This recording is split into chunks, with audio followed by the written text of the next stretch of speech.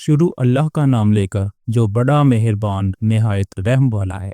جو لوگ کافر ہیں یعنی اہل کتاب اور مشرک، وہ کفر سے باز رہنے والے نہ تھے یہاں تک کہ ان کے پاس کھلی دلیل آ جائے، یعنی اللہ کا ایک پیغمبر جو پاک اور راگ پڑھ کر سناتا ہے، جن میں مستحکم آیتیں لکھی ہوئی ہیں، اور اہل کتاب جو فرقوں میں بٹے ہیں تو دلیل واضح کے آنے کے بعد ہی بٹے ہیں، حالانکہ ان کو حکم تو یہی ہوا تھا کہ اللہ کی عبادت کریں، اطاعت کو اسی کے لیے خالص کرتے ہوئے یکسو ہو کر اور نماز قائم کریں اور زکوٰۃ دیں، اور یہی مضبوط اصولوں والا دین ہے۔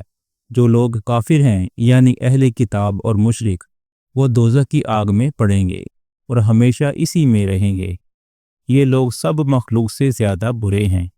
بے شک جو لوگ ایمان لائے اور نیک عمل کرتے رہے، وہ تمام خلقت سے بہتر ہیں۔